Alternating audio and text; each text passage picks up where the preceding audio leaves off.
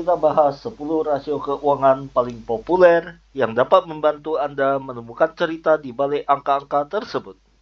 Apa yang Anda perlukan untuk memulai analisis rasio keuangan? Anda memerlukan laporan laba rugi, kesimpulan tentang berapa banyak laba yang diperoleh perusahaan selama setahun. Anda juga memerlukan neraca, kesimpulan tentang apa yang dimiliki perusahaan dan apa yang menjadi utang perusahaan pada periode berjalan. Kita akan mulai dengan rasio keuangan yang fokus pada laporan laba rugi. Kemudian melihat rasio keuangan yang hanya berfokus pada neraca. Dan diakhiri dengan rasio keuangan yang kuat, yang menggabungkan informasi dari laporan laba rugi dan neraca. Analisis rasio keuangan adalah seni dan sains. Melakukan analisis rasio keuangan memiliki unsur ilmiah, menemukan data dan menempatkannya ke dalam rumus, serta unsur artistik, memberikan makna pada hasil perhitungan dan melihat gambaran besarnya. Bagian 1. Rasio keuangan yang hanya fokus pada laporan laba rugi. Mari kita bandingkan laporan laba rugi dari dua perusahaan fiktif yang tidak seperti perusahaan di dunia nyata memiliki angka bulat yang bagus dalam laporan keuangan mereka. Langkah pertama dalam analisis rasio keuangan laba rugi adalah membuatnya semuanya relatif terhadap pendapatan atau penjualan. Setiap item baris dan subtotal laba dinyatakan sebagai persentase dari pendapatan. Mari kita lihat apa yang rasio keuangan katakan kepada kita. Persentase laba kotor, margin operasional, dan pengembalian atau penjualan atau return on sales. Perusahaan A memiliki margin laba kotor sebesar 50%. Perusahaan B sebesar 30%. Sehingga margin laba kotor 20% lebih tinggi untuk perusahaan A. Perusahaan A menghasilkan margin yang jauh lebih besar daripada perusahaan B pada produk atau layanan yang dijualnya. Perusahaan A memiliki margin operasional sebesar 21%, EBIT, Earning Before Interest Tax. Sedangkan perusahaan B memiliki margin operasional sebesar 14%. Jadi, perbedaan 20% dari gross profit telah menyusut menjadi 7% pada tingkat margin operasional. Laba bersih sebagai persentase penjualan, sering disebut return on sales, adalah 16% untuk perusahaan A dan 8% untuk perusahaan B. Apa yang kita bahas lebih lanjut? Menganalisis rasio keuangan laporan laba rugi, mari kita selidiki perbedaan antara laba kotor dan margin operasional. Hal ini terutama didorong oleh biaya penjualan umum dan administrasi, SGA expenses, Selling General Administrative Expenses. 20% dari pendapatan di perusahaan A dan 10% dari pendapatan di perusahaan B. Biaya non-manufaktur untuk departemen fungsional seperti penjualan, pemasaran, keuangan, SDM, pengadaan, hukum, dan teknik informasi jauh lebih tinggi untuk perusahaan A daripada perusahaan B. Hal ini dapat dikaitkan dengan industri tempat masing-masing perusahaan berada, strategi perusahaan, atau tingkat efisiensi yang telah dicapai. Mungkinkah perusahaan A mengeluarkan biaya berlebihan dalam SGA atau perusahaan B mengeluarkan biaya lebih sedikit? Sulit untuk mengatakannya hanya dari angka-angka ini, tetapi perlu diselidiki. Pada pengeluaran R&D, perusahaan A mengeluarkan biaya lebih banyak daripada perusahaan B. Hal ini biasanya dilihat sebagai hal yang baik karena biaya penelitian dan pengembangan saat ini diharapkan menghasilkan produk dan layanan inovatif dengan margin tinggi untuk dijual di masa mendatang. Bagian 2. Rasio keuangan yang hanya fokus pada neraca.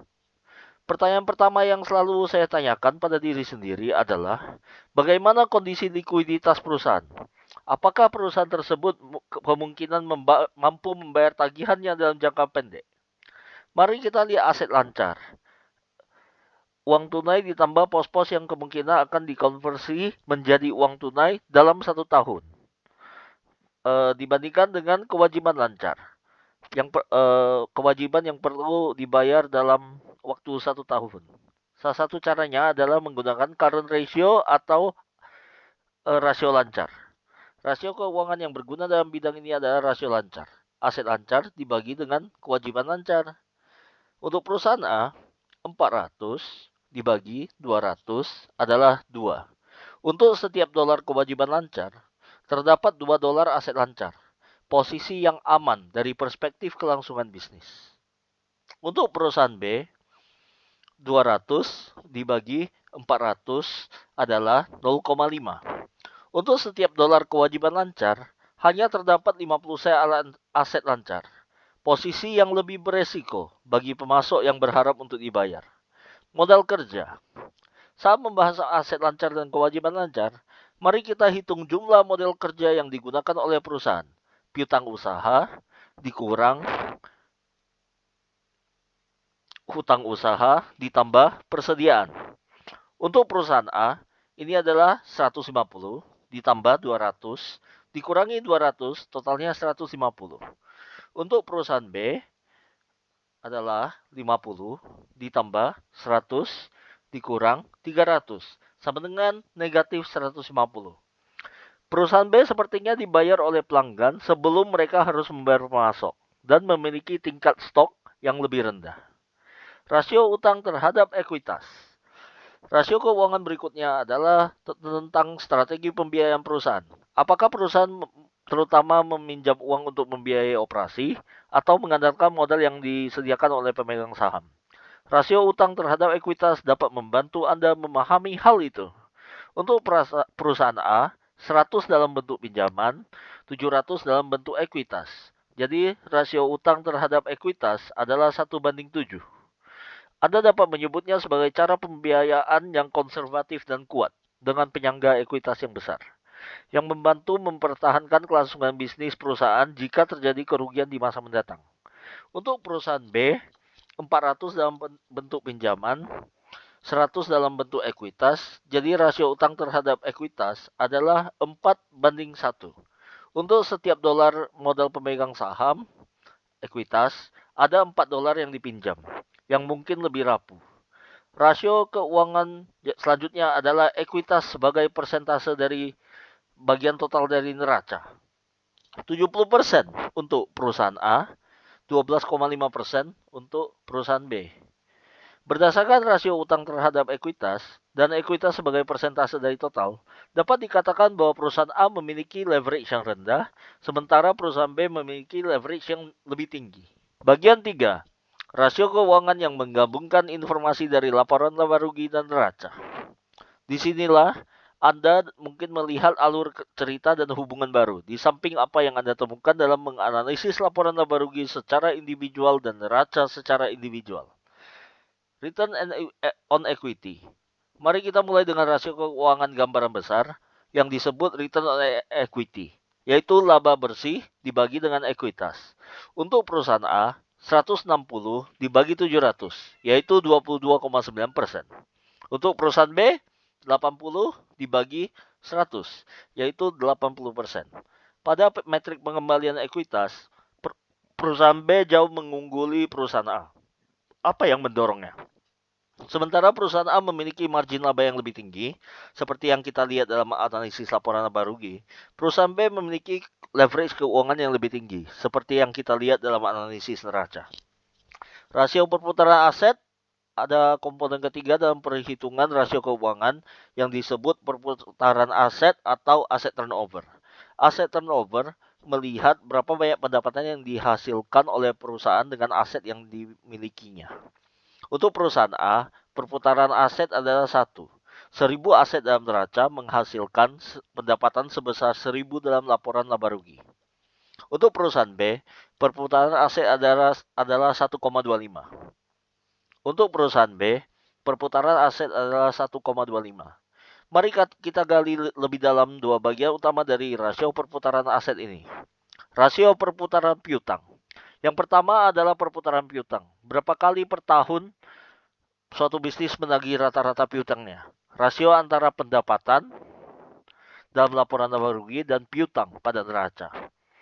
6,67 untuk perusahaan A dan 20 untuk perusahaan B. Perputaran piutang mungkin agak abstrak bagi banyak orang. Jadi mari kita ubah menjadi metrik terkait yang lebih nyata yang disebut Days Sales Outstanding. Berapa hari perusahaan perlu menunggu sebelum pelanggan membayar?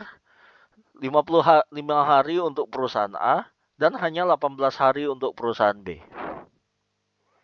Inventory turnover adalah perputaran inventaris.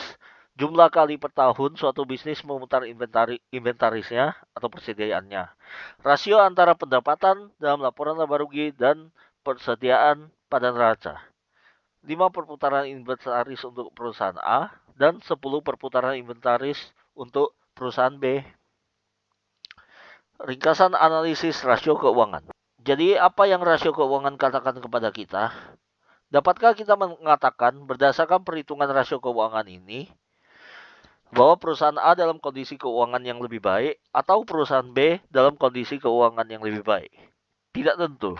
Rasio keuangan memberikan kita informasi yang jelas tentang jejak keuangan suatu perusahaan dan memperdalam pemahaman Anda tentang kisah strategis dan operasional di balik angka-angka keuangan.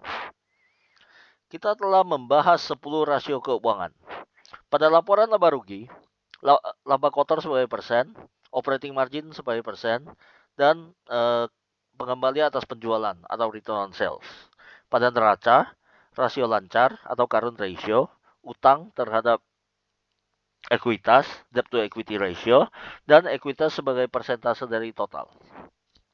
Saat menggabungkan laba rugi dan neraca, kita telah membahas rasio, return on equity, asset turnover, receivables turnover, dan inventory turnover. Terima kasih.